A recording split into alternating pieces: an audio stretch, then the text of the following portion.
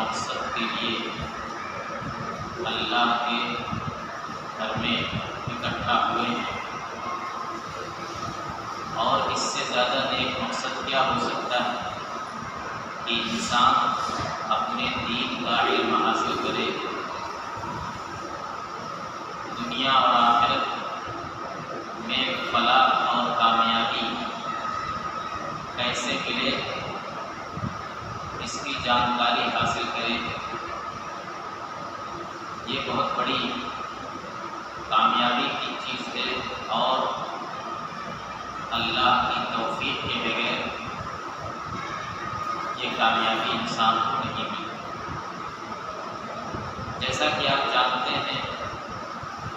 اس ہفتے سے ایک کتاب کا درس شروع کیا جا رہا ہے، اور وہ کتاب ہے کتاب التوحید، جو شیخ الاسلام محمد بن عبد الوہاب بن سلیمان تمیمی رحمۃ اللہ علیہ کی لکھی ہوئی ہے۔ اس کتاب کے بارے میں اور اس کے مصنف کے بارے میں اور اس کے موضوع کے بارے میں ہمیں جانکاری ہونی چاہیے کہ اسی کتاب کا درس کیوں شروع کیا گیا ہے، اور توحید کا مطلب کیا ہوتا ہے اور توحید کی اہمیت کیا ہوتی ہے۔ دیکھیے، توحید ہی ہمارا اول اور آخر ہے۔ توحید سے بڑھ کر کے ہمارے لیے کوئی چیز نہیں۔ توحید کہتے کس کو ہے؟ اللہ کو ایک ماننا، اس کائنات کو پیدا کرنے، ہم کو روزی دینے اور اس کائنات کا نظام چلانے کے معاملے میں بھی اللہ تعالیٰ اکیلا ہے، وہی سارا یہ نظام چلاتا ہے۔ اور جب وہی خالق ہے، وہی مالک ہے، وہی رازق ہے، تو عبادت کا بھی تنہا وہی مستحق ہے، اس کے علاوہ کسی اور کی عبادت نہیں کی جائے گی، نہ اس کو چھوڑ کر کے کسی کی عبادت کی جائے گی، نہ اس کے ساتھ کسی اور کو ملا کر کے کسی کی عبادت کی جائے گی۔ اگر ایسا کیا جاتا ہے تو یہی توحید کے برعکس ہے، توحید کا اپوزٹ ہے، جس کو شرک کہا جاتا ہے۔ اسی طریقے سے اللہ تعالیٰ اپنے اسماء اور صفات، اس کے جو نام ہیں اچھے اچھے، اس کی جو صفتیں ہیں، ان میں بھی وہ منفرد اور اکیلا ہے۔ تو یہی توحید جو لا الہ الا اللہ کے ذریعے اس توحید کا بندہ اقرار کرتا ہے کہ لا الہ الا اللہ، نہیں ہے کوئی معبود سوائے اللہ، یعنی سارے معبود ختم، حقیقی معبود عبادت کے لائق اور عبادت کے مستحق کوئی ہے تو صرف اور صرف اللہ تعالیٰ ہے۔ باقی سب اللہ کی مخلوق ہیں، ان کو اللہ کے برابر نہیں ٹھہرایا جا سکتا، عبادت میں ان کو شریک نہیں کیا جا سکتا، چاہے بڑے سے بڑے پیغمبر ہوں، بڑے سے بڑا فرشتہ ہو، بڑے سے بڑے ولی ہوں، اور چاہے جو بھی ہو اس دنیا میں، وہ سب اللہ کے بندے اور اللہ کے غلام ہیں، اور اللہ تعالیٰ سب کا خالق ہے، سب کا مالک ہے۔ اسی توحید کے واسطے اللہ تعالیٰ نے سارے انبیاء کو بھیجا، اسی توحید کے واسطے اللہ تعالیٰ نے کتابیں نازل کی، اسی توحید کے واسطے لڑائیاں ہوئیں، اور بہت سارے لوگ اپنی جان قربان کیے۔ تو ایک مومن کا سب سے پہلا اور سب سے اہم کلمہ لا الہ الا اللہ ہے، اور سب سے آخری کلمہ بھی لا الہ الا اللہ ہی ہونا چاہیے۔ من کان آخر کلامہ لا الہ الا اللہ دخل الجنہ، جس کا آخری کلام، اس کی زبان سے نکلنے والی آخری بات لا الہ الا اللہ ہوگی، وہ جنت میں داخل۔ اس سے بڑھ کر کے ہمارے لیے کوئی چیز نہیں۔ تو اسی لیے اس توحید کی ہمیں صحیح سے جانکاری ہونی چاہیے۔ جانکاری نہ ہونے کی وجہ سے بسا اوقات انسان ایسی غلطیاں کر جاتا ہے کہ جس کی وجہ سے اس کا پورا سرمایہ، توحید کا جو سرمایہ ہے وہ پورا سرمایہ لٹ جاتا ہے اور وہ جانے انجانے میں شرک کی طرف بڑھ جاتا ہے۔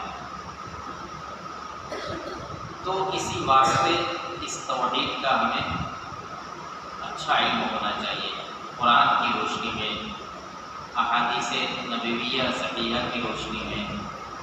صحیح علم ہونا چاہیے۔ یہ کتاب التوحید یہ شیخ الاسلام محمد بن عبد الوہاب بن سلیمان تمیمی جو جزیرہ عرب کے ایک مشہور عالم تھے، جن کی پیدائش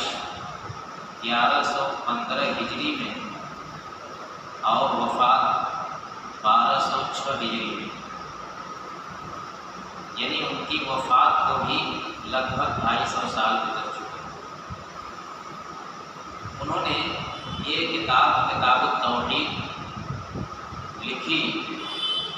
بہت ساری کتابیں انہوں نے لکھی، لیکن انہی کتابوں میں سے یہ جو کتاب التوحید ہے، اللہ تعالیٰ نے اس کے ذریعے اتنے لوگوں کو ہدایت دی اور اتنے لوگوں کو اس کتاب کے ذریعے صحیح راستہ ملا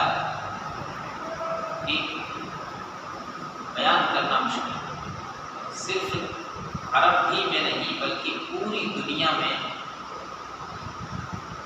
اس دعوت توحید کے اثرات ظاہر ہوئے۔ تو شیخ الاسلام محمد بن عبد الوہاب بن سلیمان تمیمی رحمۃ اللہ علیہ عرب کے ایک مشہور قبیلہ بنو تمیم سے آپ کا تعلق تھا، اور آپ کی آمد سے پہلے، عرب میں آپ کے کام کرنے سے پہلے، وہاں بھی شرک کی بڑی ساری شکلیں پھیل چکی ہیں۔ وہ سب چیزیں جو ہم اپنے ملک کے اندر دیکھتے ہیں، قبروں کی پرستش اور نہ جانے کن کن شکلوں میں شرک ہمارے یہاں موجود ہے، وہ سب وہاں موجود تھا۔ قبروں پر پکی عمارتیں اور اونچے اونچے گنبد، پختہ عمارتیں جن سے اللہ کے نبی صلی اللہ علیہ وسلم نے سختی سے منع کیا، اور درختوں پر تعویذیں وغیرہ باندھ کر کے لٹکانا اور غیر اللہ کے نام پر قربانیاں کرنا اور چڑھاوے چڑھانا، یہ سب وہاں وہ مکہ مدینہ سمیت وہ پورا علاقہ نجد اور حجاز کا، وہاں اس طرح کی شرکیہ چیزیں پھیلی ہوئی۔ یہ ساری چیزیں تاریخ کے اندر موجود ہیں، لکھی ہوئی ہیں، کوئی اس کا انکار نہیں کر سکتا۔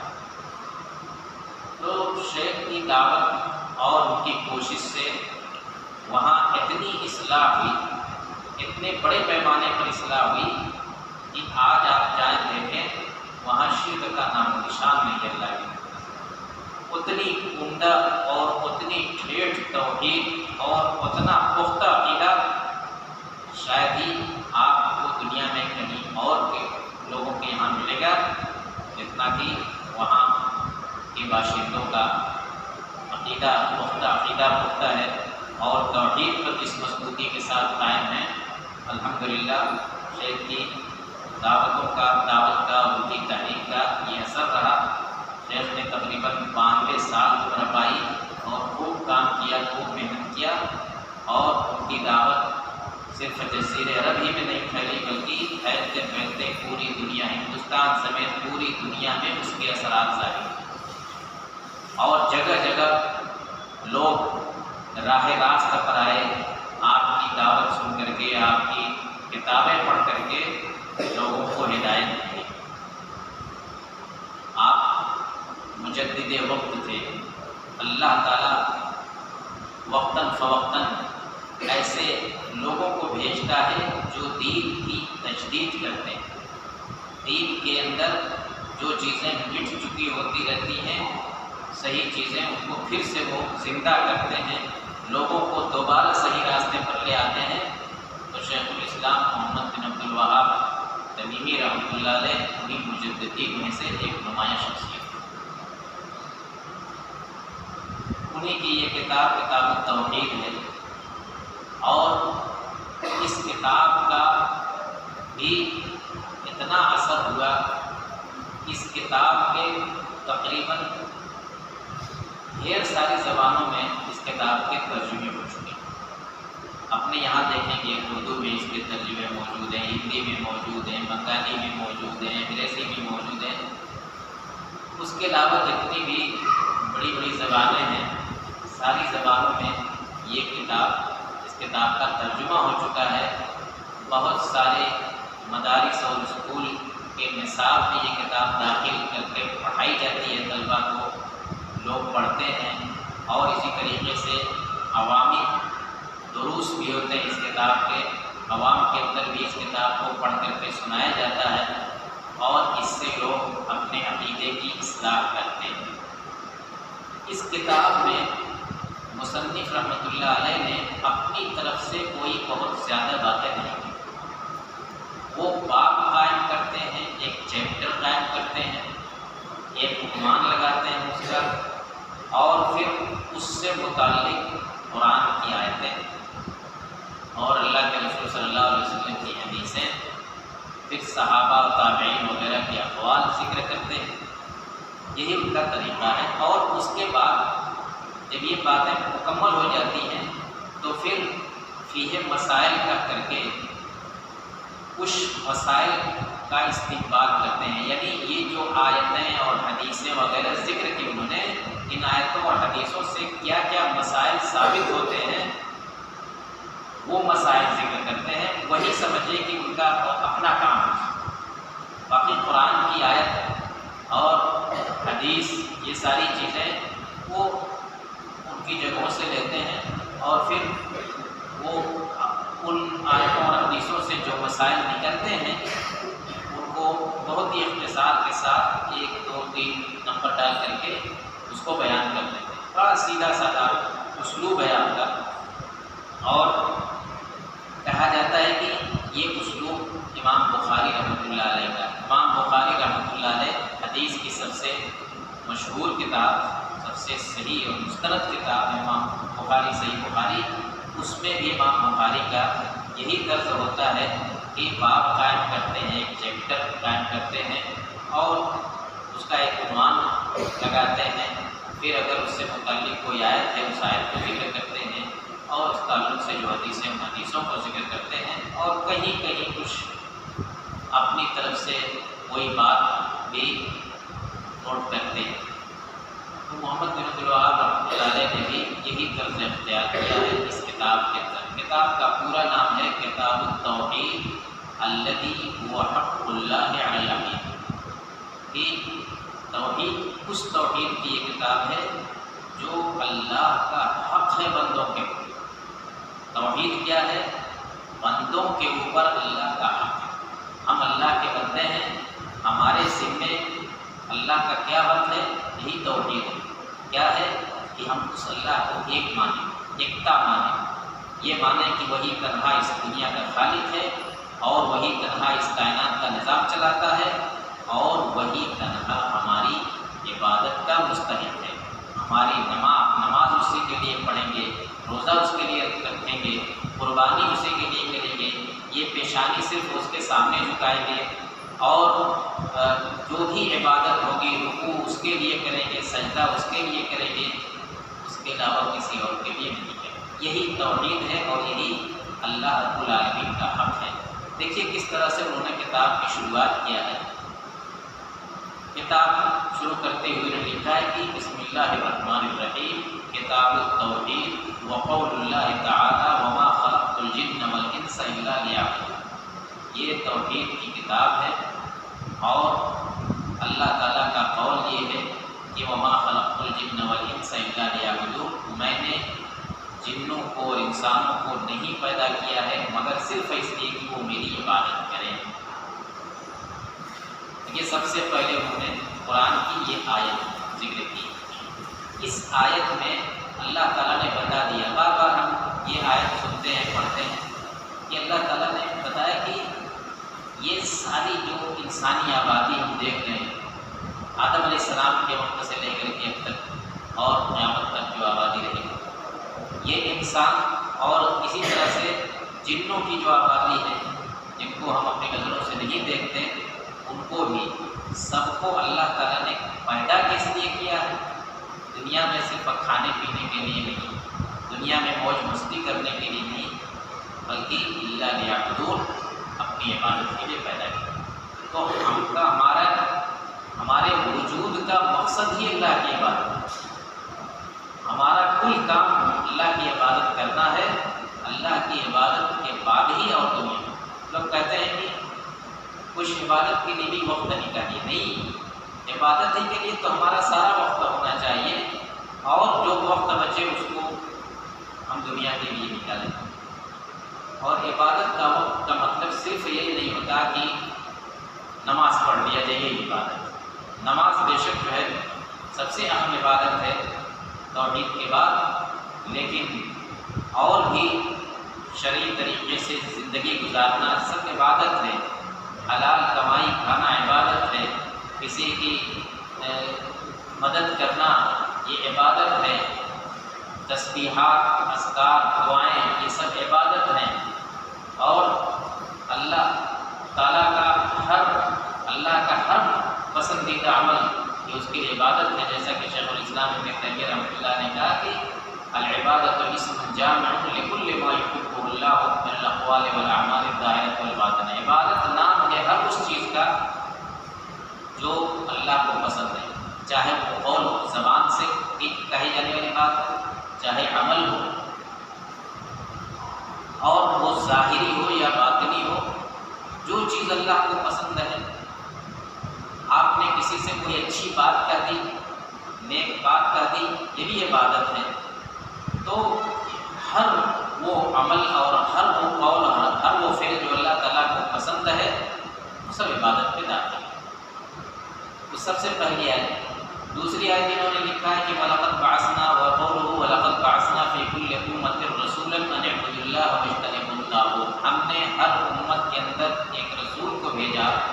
کہ اللہ کی عبادت کرو اور طاغوت سے پرہیز کرو، غیر اللہ کی عبادت کرنے سے پرہیز کرو۔ دنیا قائم کی جنوں اور انسوں کو کس لیے پیدا کیا؟ اپنی عبادت کے لیے پیدا کیا۔ رسولوں کو کس لیے بھیجا؟ ان اعبدوا اللہ واجتنبوا الطاغوت، کہ اللہ کی عبادت کرو، یعنی یہ پیغام دنیا کو پہنچاؤ کہ ایک اللہ کی عبادت کرنا ہے اور طاغوت سے بچنا ہے۔ طاغوت کہتے ہیں کہ اللہ کے علاوہ جتنی بھی چیزوں کی پرستش کی جاتی ہے، پوجا کی جاتی ہے، سب طاغوت کے اندر داخل ہیں۔ تو اسی کو شرک کہا جاتا ہے، شرک ہی کا ایک حصہ ہے۔ تو اللہ کی عبادت کرنا ہے اور طاغوت سے پرہیز کرنا، یہ دوسری آیت ہے۔ تیسری آیت شیخ نے ذکر کیا کہ وَقَضَىٰ رَبُّكَ أَلَّا تَعْبُدُوا إِلَّا إِيَّاهُ وَبِالْوَالِدَيْنِ إِحْسَانًا، کہ تیرے رب کا حکم ہے کہ اس کے علاوہ کسی کی عبادت نہ کرو اور والدین کے ساتھ اچھا برتاؤ کرو۔ تو اس آیت کے اندر بھی اللہ کی عبادت کی بات، اور یہ بھی کہ اللہ کی عبادت کے بعد سب سے اہم عمل انسان کا جو ہے کہ اپنے والدین کے ساتھ اچھا سلوک کرے، اچھا برتاؤ کرے۔ چوتھی آیت اس کے بعد ہے قُلْ تَعَالَوْا أَتْلُ مَا حَرَّمَ رَبُّكُمْ عَلَيْكُمْ أَلَّا تُشْرِكُوا بِهِ شَيْئًا۔ اے نبی آپ کہہ دیجئے کہ آؤ میں تمہیں پڑھ کر کے سناتا ہوں وہ چیزیں جو تمہارے رب نے تمہارے اوپر حرام ٹھہرایا ہے۔ اللہ تعالیٰ نے کیا کیا چیزیں حرام ٹھہرائی ہیں میں تم کو سناتا ہوں۔ پھر کہا کہ اللہ تشرکوا بہ شیئا، کہ شرک نہ کرو اس کے ساتھ کسی چیز کو، کوئی چیز اس کے ساتھ شریک نہ ٹھہراؤ۔ اس میں بھی پھر آگے ہے کہ وبالوالدین احسانا، اور والدین کے ساتھ اچھا سلوک کرو۔ اور پھر یعنی یہ کئی آیتیں ہیں اس میں، آگے جو ہے وَلَا تَقْتُلُوا أَوْلَادَكُم مِّنْ إِمْلَاقٍ، اپنی اولاد کو قتل نہ کرو، بچوں کو قتل نہ کرو تنگدستی کی وجہ سے۔ ہم تم کو بھی رزق دیتے ہیں، ان کو بھی ہم ہی رزق دیتے ہیں۔ وَلَا تَقْرَبُوا الْفَوَاحِشَ مَا ظَهَرَ مِنْهَا وَمَا بَطَنَ، تقریباً 9-10 چیزوں کی ان آیتوں میں تلقین کی گئی ہے، حکم دیا گیا ہے، یتیم کے مال کی حفاظت کرنے کی بات کہی گئی ہے، فواحش اور زناکاری سے منع کیا گیا ہے، اور ناپ تول میں پورا دینے کی بات کہی گئی ہے، عہد و پیمان پورا کرنے کی بات کہی گئی ہے۔ تو یہ ساری چیزیں ان آیتوں کے اندر ہیں۔ اس کے بعد 5ویں آیت ہے وَاعْبُدُوا اللَّهَ وَلَا تُشْرِكُوا بِهِ شَيْئًا،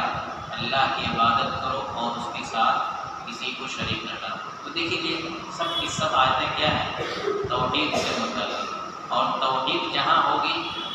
توحید کا تذکرہ ہوگا تو اس کے ساتھ ساتھ توحید کا جو اپوزٹ ہے، توحید کی جو ضد ہے وہ ہے شرک، اس کو بیان کریں گے تاکہ انسان سمجھے کہ توحید میں خلل ہوگا، توحید میں کوئی خرابی آئے گی تو انسان شرک میں واقع ہوگا، اور شرک سب سے بڑا گناہ ہوگا۔ پھر اس کے بعد ابن مسعود رضی اللہ تعالیٰ عنہ جو سب بڑے صحابی ہیں، صحابی رسول ہیں، وہ کہتے ہیں قال ابن مسعود من اراد ان ينظر الى وصیت محمد صلی اللہ علیہ وسلم التي علیہا خاتمہ فلیقرأ قوله تعالی قل تعالوا اتل ما حرم ربکم علیکم الی آخر الآیات۔ کیا کہہ رہے ہیں ابن مسعود کہ جو شخص یہ چاہتا ہے کہ نبی صلی اللہ علیہ وسلم کی وہ وصیت دیکھے جس وصیت پر نبی صلی اللہ علیہ وسلم نے مہر لگا رکھی ہے، تو اس کو چاہیے کہ ان آیتوں کو پڑھ لے۔ قل تعالوا اتل ما حرم ربکم، یہ آیتیں 3 آیتیں الی قولہ وان ھذا صراطی مستقیما فاتبعوہ ولا تتبعوا السبل فتفرق بکم عن سبیلہ، وہی آیتیں جن کے بارے میں ہم نے بتایا تھا کہ اس میں تقریباً 10 چیزوں کا حکم دیا گیا ہے، 10 چیزوں کے بارے میں بتلایا گیا ہے۔ تو ابن مسعود کہتے ہیں کہ اگر یہ مانا جائے کہ اللہ کے آدمی، بہت سارے لوگ وصیت کرتے ہیں موت کے پہلے، تحریری وصیت کرتے ہیں، وصیت کرتے ہیں، لکھتے ہیں، اس پر مہر لگاتے ہیں کہ میرے بعد یہ کرنا اور یہ نہ کرنا، یہ نہ کرنا۔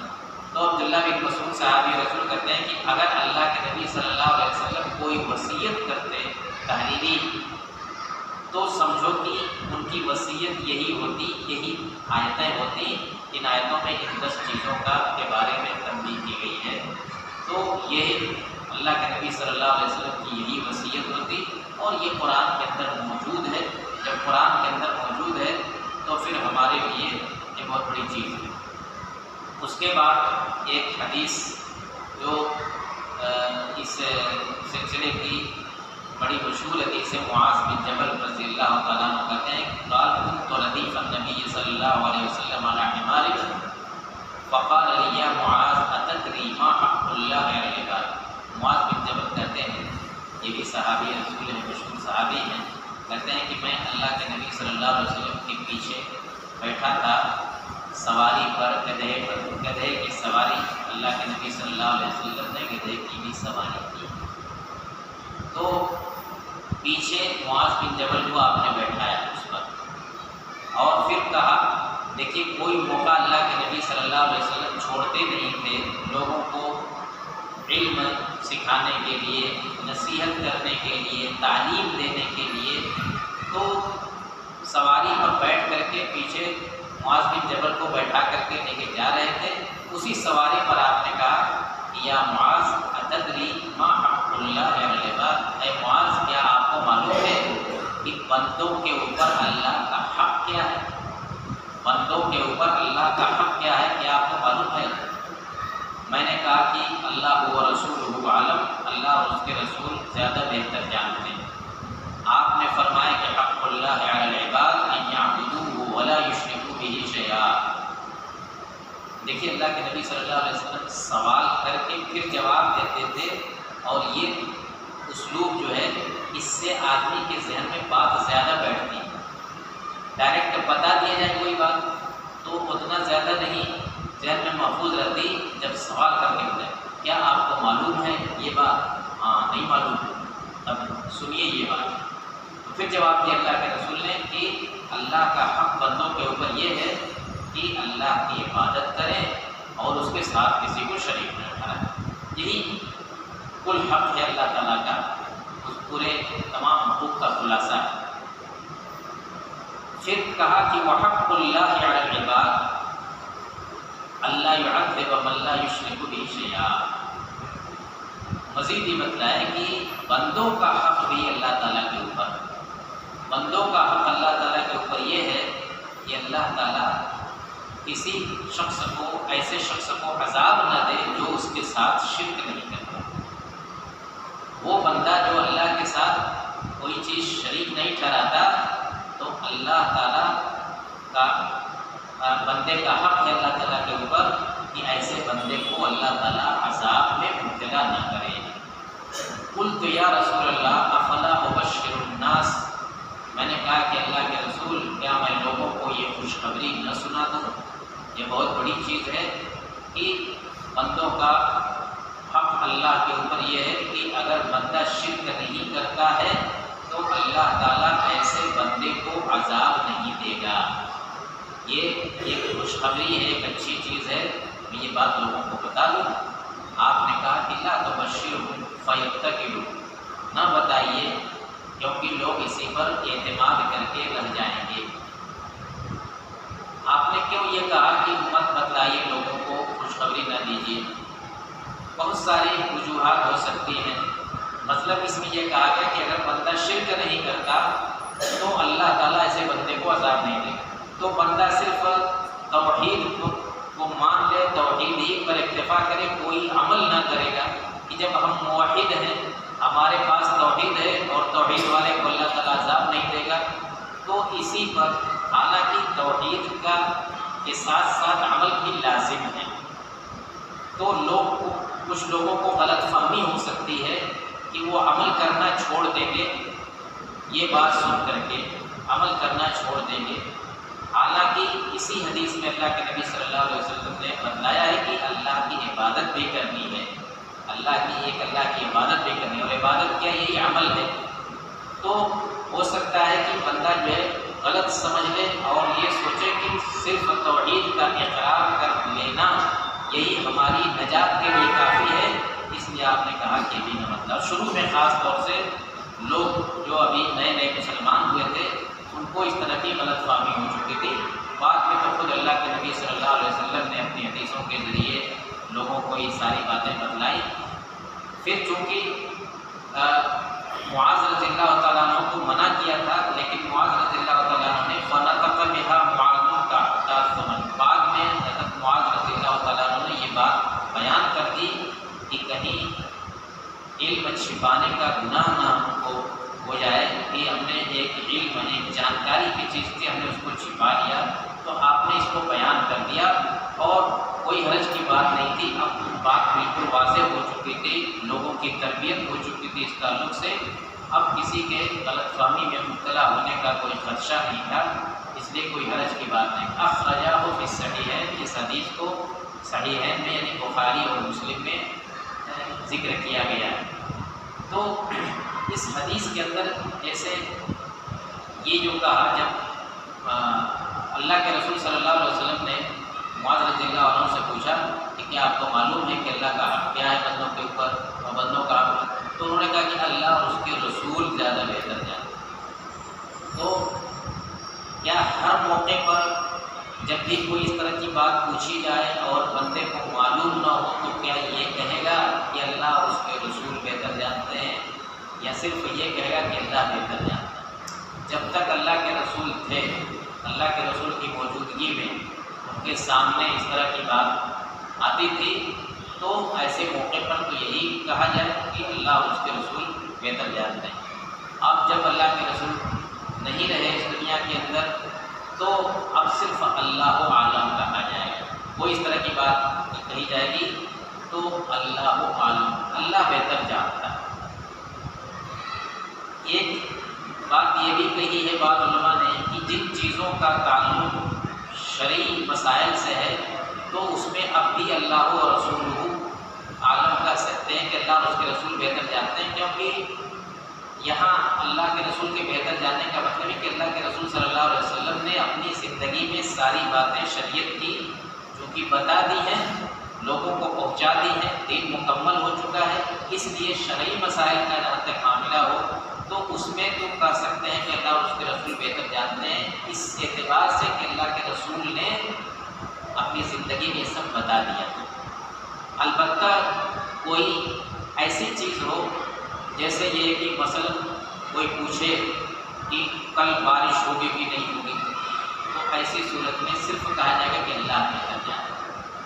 اللہ بہتر جانتا ہے۔ یہاں اللہ اور اس کے رسول بہتر جانتے ہیں یہ نہیں کہا جائے گا۔ تو جن مسائل کو مسائل کونیہ کہتے ہیں، جن کا تعلق کائنات کے نظام سے ہے اور یہ نظام صرف اللہ تعالیٰ چلاتا ہے، تو ایسے مسائل میں اللہ صرف جانتا ہے یہ کہا جائے گا۔ اس کا تعلق بھی میرے بھائیوں توحید ہی سے ہے، کیونکہ قرآن میں جگہ جگہ بتلایا گیا ہے کہ اللہ کے رسول صلی اللہ علیہ وسلم غیب کی بات نہیں جانتے، ہاں اتنا جانتے ہیں جتنا اللہ تعالیٰ نے اپنے نبی کو بتایا ہے۔ قرآن میں جگہ جگہ اس بات کا تذکرہ موجود ہے۔ تو یہ آیتیں اور یہ حدیثیں، جیسا کہ میں بتلایا تھا کہ آیتوں اور حدیثوں اور صحابہ کے اقوال وغیرہ ذکر کرنے کے بعد مصنف کا اپنی طرف سے جو کام ہے وہ یہ کہ ان آیتوں اور حدیثوں سے مسائل مستنبط کرتے ہیں، جو مسائل ثابت ہوتے ہیں ان کو ذکر کرتے ہیں۔ تو انہوں نے فیہ مسائل کا کر کے کل یہاں 24 مسئلے ذکر کیے ہیں، جو میں پڑھ دیتا ہوں۔ نمبر 1، الحکمت فی خلق الجن والانس، کہ جن اور انسان کو پیدا کرنے کی حکمت کیا ہے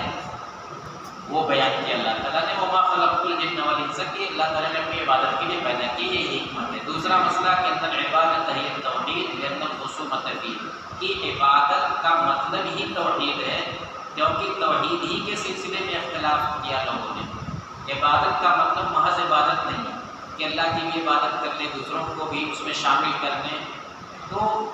یہاں وہ عبادت مقصود نہیں بلکہ توحید مقصود ہے، کیونکہ توحید ہی خراب کیا تھا لوگوں نے کہ اللہ کو بھی پوچھتے تھے اور ان کے ساتھ دوسروں کو بھی ملا لیتے ہیں، تو ملا لیتے تھے، اس لیے یہاں عبادت سے مراد الا لیعبدون سے مراد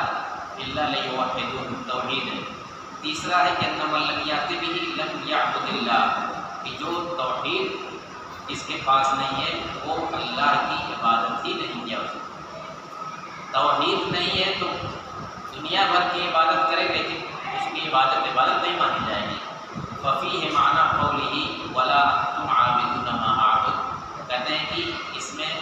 اس آیت کا مفہوم سمجھ میں آتا ہے کہ اللہ تعالیٰ نے مشرکین کو مخاطب کر کے کہا تھا کہ تم نہیں عبادت کرتے ہو جس کی میں عبادت کرتا ہوں، تم نہیں عبادت کرتے ہو جس کی میں عبادت کرتا ہوں۔ تو مطلب یہ ہے کہ اللہ تعالیٰ، اللہ کے رسول صلی اللہ علیہ وسلم صرف اور صرف اللہ تعالیٰ کی عبادت کرتے تھے،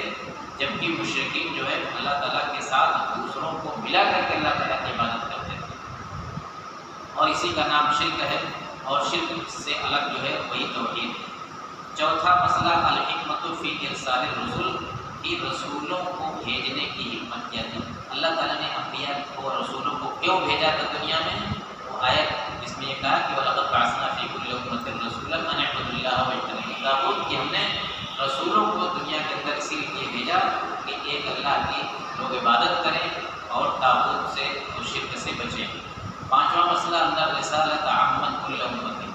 کہ رسالت ہر امت میں عام ہے، یعنی اللہ تعالیٰ نے ہر امت میں کسی نہ کسی رسول کو بھیجا تھا، ہر امت میں کسی نہ کسی رسول کو بھیجا تھا، یہ بھی اسی آیت سے مسئلہ نکلتا ہے۔ چھٹا مسئلہ ہے کہ ان دین الانبیاء واحد، تمام انبیاء کا مذہب ایک، تمام انبیاء کا مذہب، تمام انبیاء کا دین ایک ہے، اور وہ دین کیا توحید ہے۔ باقی مسئلے مسائل جو ہے وہ الگ ہیں، لیکن جو بنیادی مسئلہ سب سے بنیاد جو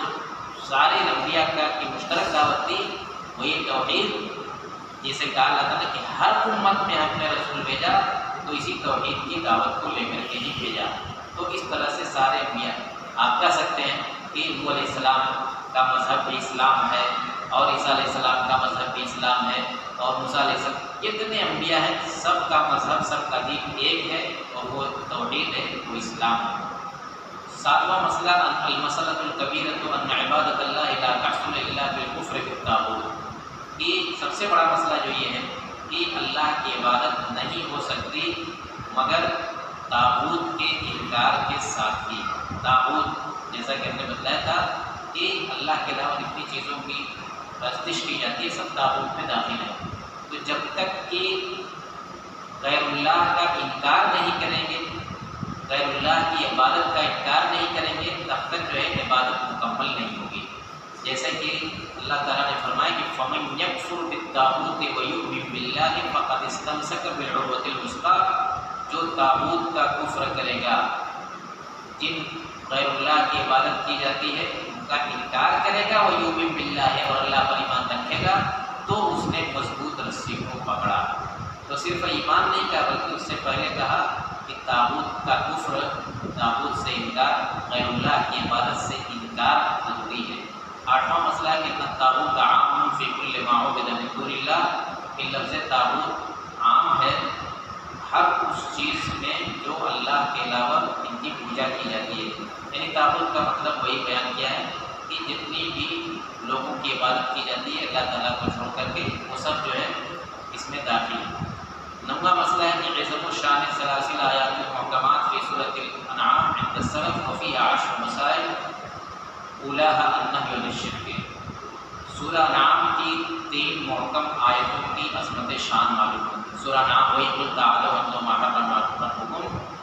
تو سلف کے نزدیک ان 3 آیتوں کی بڑی اہمیت تھی۔ ان 3 آیتوں میں کہتے ہیں کہ اللہ تعالیٰ نے 10 مسائل ذکر کیے ہیں، جن میں سب سے پہلا مسئلہ کیا ہے؟ النہی عن الشرک، شرک سے ممانعت کا مسئلہ ہے۔ شرک سے منع کہ اللہ تعبدو یہاں سے شروع کیا ہے اور پھر اس کے بعد یہ 10 مسئلے ذکر کیے ہیں۔ 10واں مسئلہ جو ثابت ہوتا ہے ان آیتوں اور حدیثوں سے کہ الآیات المحکمات فی سورۃ الاسراء وفیہا 18 مسألۃ بدأها اللہ بقولہ لا تجعل مع اللہ الہا آخر فتقعد مذموما مخذولا، وختمها بقولہ ولا تجعل مع اللہ الہا آخر فتلقى فی جہنم ملوما مدحورا۔ اس سورہ اسراء کے اندر جو کچھ محکم آیتیں ہیں جن میں 18 مسئلے اللہ تعالیٰ نے ذکر کیے ہیں، ان میں سے سب سے پہلی تنبیہ وہ بھی شرک سے تعلق رکھتی ہے کہ لا تجعل مع اللہ الہا آخر، کہ آپ اللہ کے ساتھ کسی دوسرے معبود کو نہ شریک ٹھہرائیں، وتقعد مذموما مخذولا، ورنہ پھر جو ہے قابل مذمت ہو کر کے اور رسوا ہو کر کے بیٹھ جائیں۔ تو 18 چیزیں جو ہے سورۃ اسراء کے اندر وقضى ربك الا تعبدوا الا اياه، اس کے پہلے بھی ایک آیت ہے، وہاں سے لے کر کے بہت ساری چیزیں، اس میں قتل کی ممانعت جو ہے، زنا کی ممانعت، یتیم کا مال کھانے کی ممانعت، اور بھی بہت ساری چیزیں ذکر کی گئی ہیں۔ تو پہلا حکم اس میں بھی شرک سے ممانعت کا، اور جو آخری آیت ہے وہ بھی وختمها بقولہ، ان نصیحتوں کا سلسلہ جہاں ختم ہوا اس میں بھی یہی کہ ولا تجعل مع اللہ الہا آخر، کہ اللہ کے ساتھ دوسرے معبود نہ ٹھہراؤ، فتلقى فی جہنم ملوما مدحورا، ورنہ جہنم میں ڈالے جاؤ گے قابل ملامت حالت میں اور ذلت کی حالت میں۔ تو کہتے ہیں کہ ونبہنا اللہ سبحانہ علی عظم شان هذه المسائل بقولہ ذلک مما اوحی الیک ربک بالحکمہ، اللہ تعالیٰ نے ان مسائل کی عظمت شان پر متنبہ کیا ہے یہ کہہ کر کے یہ ساری باتیں وہ ہیں جو آپ کے رب نے آپ کی طرف وحی بھیجی ہے، یعنی اللہ تعالیٰ نے اپنے پاس سے یہ احکام بھیجے ہیں، آپ کے پاس یہ حکمت کی باتیں بھیجی ہیں، تو اس سے سب اللہ تعالیٰ ہی نے بھیجا ہے۔ لیکن ان آیتوں کے آخر میں یہ کہنا، یہ گویا اشارہ اس بات کی طرف یہ جو باتیں ذکر کی گئی، یہ جو 18 چیزیں ذکر کی گئی ہیں، یہ بہت ہی اہم ہیں دین کے اندر۔ 11واں مسئلہ آیت سورۃ النساء التي تسمى آیت الحقوق العشرہ، بدأ اللہ تعالیٰ بقولہ واعبدوا اللہ ولا تشرکوا بہ شیئا۔ سورہ نساء کی وہ آیت جس کو 10 حقوق والی آیت کہا جاتا ہے، اللہ تعالیٰ نے اس کی شروعات بھی کی ہے اس سے کہ واعبدوا اللہ ولا تشرکوا بہ شیئا، اللہ کی عبادت کرو، اس کے ساتھ کسی کو شریک نہ ٹھہراؤ۔ تو دیکھیے وہ ہر جگہ یہی، سورہ نام والے میں بھی 10 چیزیں، وہاں بھی توحید اور شرک سے شروعات ہوتی ہے، پھر اس کے بعد سورہ اسراء والی آیتیں، وہاں بھی شرک سے ممانعت سے شروعات اور شرک سے ممانعت پر اختتام، اور سورہ نساء کی آیت جس میں بھی 10 حقوق بیان کیا اللہ تعالیٰ نے، اس کی ابتدا بھی اللہ کی عبادت کے حکم سے اور شرک سے ممانعت سے ہے۔ 12واں مسئلہ التنبیہ علی وصیت رسول اللہ صلی اللہ علیہ وسلم عند موتہ، کہ اللہ کے رسول صلی اللہ علیہ وسلم کی وصیت کیا ہوتی ہے موت کے وقت، یعنی جیسا کہ ابن مسعود کے حوالے سے ہوا کہ اگر اللہ کے رسول وصیت کرتے موت کے وقت تو سمجھو کہ یہی آیتیں جو سورہ انعام کی جس میں 10 باتیں ذکر کی ہیں یہی ہوتی۔ 13واں مسئلہ معرفت حق اللہ علینا،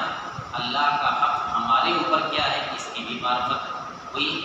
اس مشہور حدیث سے، حضرت معاذ والی حدیث سے، کہ بندے کے اوپر اللہ کا حق یہی ہے کہ اللہ کی عبادت کرے، اس کے ساتھ کسی کو شریک نہیں کرائے۔ 14واں مسئلہ جو اس کے بعد ہے کہ معرفت حق العباد علیہ ذات اور پھر اللہ کے اوپر بندوں کا کیا حق ہے اس کی بھی معرفت ہوتی ہے اس سے، کہ جب بندے اللہ کا حق ادا کر دیں تو پھر اللہ کے اوپر بندوں کا کیا حق ہے، جیسا کہ بتایا کہ اللہ تعالیٰ ایسے بندوں کو عذاب نہیں دے گا۔ 15واں مسئلہ کہ هذه المسألة لا يعرفها اکثر الصحابہ، کہ اس مسئلے کو اکثر صحابہ نہیں جانتے تھے، یعنی جو عبداللہ حضرت معاذ رضی اللہ تعالیٰ عنہ نے کہا کہ اللہ اور اس کے رسول بہتر جانتے ہیں، اس کا مطلب یہ ہے کہ اتنی وضاحت کے ساتھ بنیادی طور پر تو جانتے تھے کہ شرک کیا ہے، کفر اور توحید کیا ہے، لیکن اس طرح سے صراحت کے ساتھ جب سوال کیا جائے تو وہ اللہ اور اس کے رسول کے حوالے کرتے تھے اس طرح کے مسائل کو۔ 16واں مسئلہ جواز کتمان العلم للمصلحہ، کہ کسی مصلحت کی وجہ سے علم کے چھپانے کا جواز ثابت ہوتا ہے، کہ اگر کوئی مصلحت ہے ہر آدمی کو ہر بات نہیں بتائی جا سکتی، کبھی کبھی بعض لوگوں کو کوئی بات اس لیے نہیں بتائی جاتی کہ وہ غلط نہ سمجھ لیں، ان کی سمجھ سے پرے ہوتی ہے، تو ایسے وقت میں علم چھپانا اس کو نہیں کہا جائے۔ علم چھپانا یہ بھی ایک جرم ہے، جو چیز انسان کو معلوم ہے اگر اس سے پوچھا جائے تو اس کو بتانا چاہیے، لیکن کبھی کبھی اس کے باوجود نہ بتانے کا موقع ہوتا ہے جب کسی غلط فہمی میں پڑنے کا یا اور کوئی وجہ ہوتی ہے، تو ایسے موقع پر اس کی گنجائش ہے۔ 17واں مسئلہ استحباب و بشارت المسلم میں بما یسرہ، کہ ایک مسلمان کو اس چیز کی خوشخبری دینا مستحب ہے جس سے وہ جس کو جان کر کے وہ خوش ہو۔ اگر کوئی مسلمان ہم اس کو کوئی بات بتائیں اور اس سے اس کو خوشی حاصل ہو تو ایسا بتانا چاہیے، جیسا کہ معاذ رضی اللہ تعالیٰ عنہ نے نبی صلی اللہ علیہ وسلم سے اس کی اجازت مانگی تھی۔ 18واں مسئلہ کہ الخوف من الاتکال علی صحت رحمت اللہ، کہ اللہ کی رحمت بڑی وسیع ہے، اس پر بھروسہ کر کے بیٹھ جانا اس کا خوف لوگوں کو، اللہ کے رسول کو بھی تھا کہ کہیں لوگ جو ہے اس پر بھروسہ نہ کر لیں، کہ اللہ کی رحمت بڑی وسیع ہے، ہر گناہ کا کام کریں کہتے کہ اللہ تعالیٰ غفور الرحیم ہے، اللہ تعالیٰ غفور الرحیم ہے، تو اللہ کے نبی صلی اللہ علیہ وسلم نے اسی لیے کہا تھا کہ یہ بات جو ہے ابھی لوگوں کو نہ بتائی جائے ورنہ لوگ اسی پر بھروسہ کر کے بیٹھ جائیں گے۔ 19واں مسئلہ قول المسئول عما لا یعلم اللہ ورسولہ عالم، کہ اگر کسی سے یہ کوئی ایسی بات پوچھی جائے جس کا اس کو علم نہیں ہے تو اس کو یہ کرنا چاہیے کہ اللہ اور اس کے رسول زیادہ بہتر جانتے ہیں، اور جیسا کہ ہم نے بتایا کہ کس موقع پر رسول کو شامل کیا جائے گا، کس موقع پر نہیں کیا جائے گا۔ بعض لوگ کہتے ہیں کوئی بھی چیز ان سے پوچھیے، ان کو معلوم ہو نہ ہو وہ فوراً جواب دینا ضروری سمجھتے ہیں، یہ ضروری نہیں ہے۔ اگر مسئلہ معلوم ہے، بڑے سے بڑا عالم کیوں نہ ہو، اس کو سارے مسائل ضرور نہیں کہ معلوم ہے، بہت ساری چیزیں انسان کے ذہن میں نہیں ہو سکتی ہیں، تو جب انسان کو کوئی چیز نہ معلوم ہو تو اس کا جواب نہ دے کر کے یہ کہے کہ اللہ بہتر جانے، یہی اس کا صحیح جواب ہے۔ 20واں مسئلہ جواز و تخصیص بعض الناس بالعلم دون بعض، بعض لوگوں کو علم کی بعض چیزیں خصوصیت کے ساتھ بتائی جا سکتی ہیں اور بعض لوگوں کو نہیں، جن کے بارے میں معلوم ہے کہ ان کو یہ بات بتائی جائے گی تو صحیح سمجھیں گے ان کو بتائیں، جن کے بارے میں معلوم ہو کہ اگر یہ بات ان کو بتائی گئی تو کسی غلط فہمی میں مبتلا ہو سکتے ہیں، تو ان کو یہ بات نہیں بتائی جا سکتی ہے، اس کا جواز ثابت ہوتا ہے۔ 21واں مسئلہ تواضع صلی اللہ علیہ وسلم لرکوب الحمار مع النافل ہے،